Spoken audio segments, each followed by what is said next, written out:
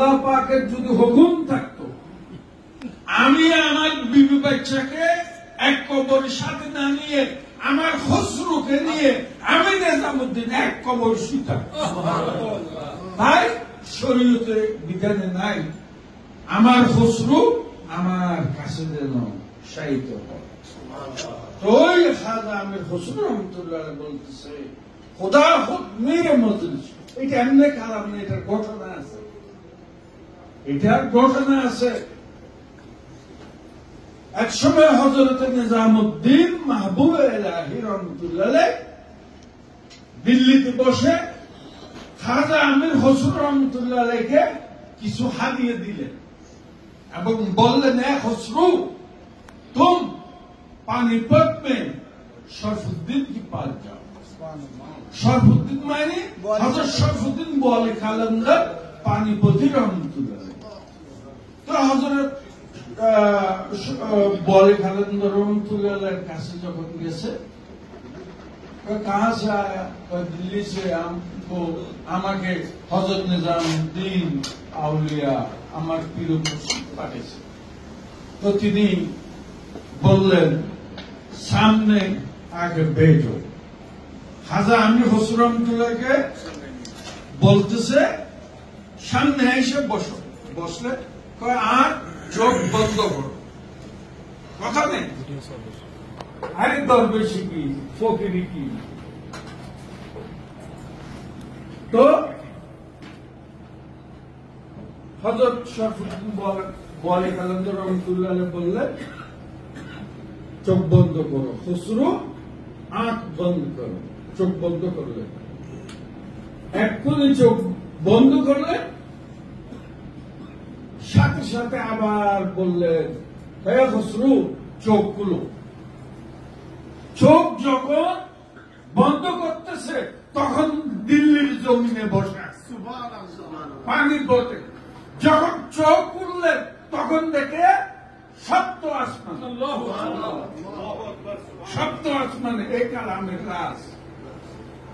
তখন ওই সপ্ত আসমানে পৌঁছার পর তখন হযরত শরফুদ্দীন बोले কালান্দর রহমতুল্লাহ বললেন, এ খসরু, तुम देखो बहुत महफिल हो रहा है, तुम जाके तुम्हारे पीर को ढूंढो, ढूंढ लो, খুঁজে দেখো তোমার পীর কোথায়। তো হযরত খাজা আমির খসরু রহমতুল্লাহ দেখতেছে বিরাট একটা মজলিস, যেখানে সমস্ত নবী রাসূল বসা, সমস্ত আউলিয়া কেরামগণ বসা। তো তিনি দেখে বললেন, আমার পীরকে তো পাইলাম না। চোখ বন্ধ করো, চোখ বন্ধ করলো, আবার পানি পড়ে। তো আসলো আল্লাহু আকবার, হযরত নিজামউদ্দিন মাহবুব ইলাহি রহমতুল্লাহ কাছে আসলো। হযরত নিজামউদ্দিন আউলিয়া রহমতুল্লাহ বলতেছে, আয় খসরু, क्या देखा? क्या देखा? কি দেখছো? হযরত সপ্ত আসমানে যে মজলিস চলতেছে আপনাকে তো দেখলাম না। किसने बोला? हजरत शरफुद्दीन बोले कालंदर रहमतुल्लाह ने बोला, मेरे पीर को नहीं देखा। और ऐसे बोला, আমাকে দেখে নেই এটা বলছে শরফুদ্দীন। হ্যাঁ, फिर जाओ, आए खसरु, फिर जाओ शरफुद्दीन के पास। হাদিয়ে তোফা দিল, গেল। যখন আবার হযরত শরফুদ্দীন বলে কালন্দর রহমতুল্লাহর সামনে গেল, তখন হযরত শরফুদ্দীন বলে কালন্দর রহমতুল্লাহ একটু কতমত ভেঙে গেল। কিরে খসরু, फिर तुम आ गया? हजरत मेरे पीर ने बोला, मेरे पीर ने भेजा है, हमारे पीर और मुर्शिद हमारे पास। और क्या बोला? और पीर जाने के लिए बोला है। तो चलो आंख बंद करो, कथा कौन पहुंच गए। আমি সংক্ষেপে, এটা অনেক লম্বা ঘটনা। তো খুঁজতে খুঁজতে খুঁজতে খুঁজতে খুঁজতে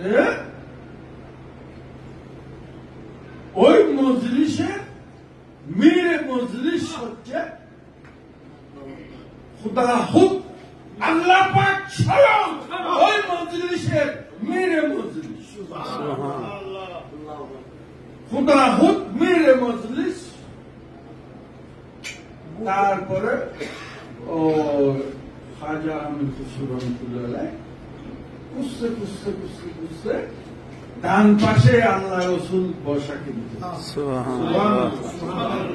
আমার নবী, জানের নবী, মায়ার নবী, প্রাণের নবী বসা। তো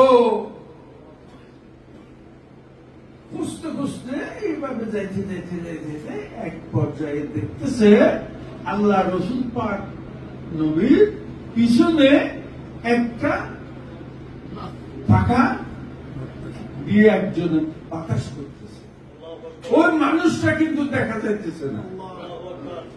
তখন খাজা আমির খুসরো রহমতুল্লাহ আস্তে আস্তে আস্তে আস্তে কাছে গিয়ে যখন দেখে, তখন দেখে হযরত নিজামউদ্দিন মাহবুবে আলম রহমতুল্লাহ বাতাস করতেছে। তারপর চলে আসলো, চলে আসার পর এই কালামটা লিখেছিল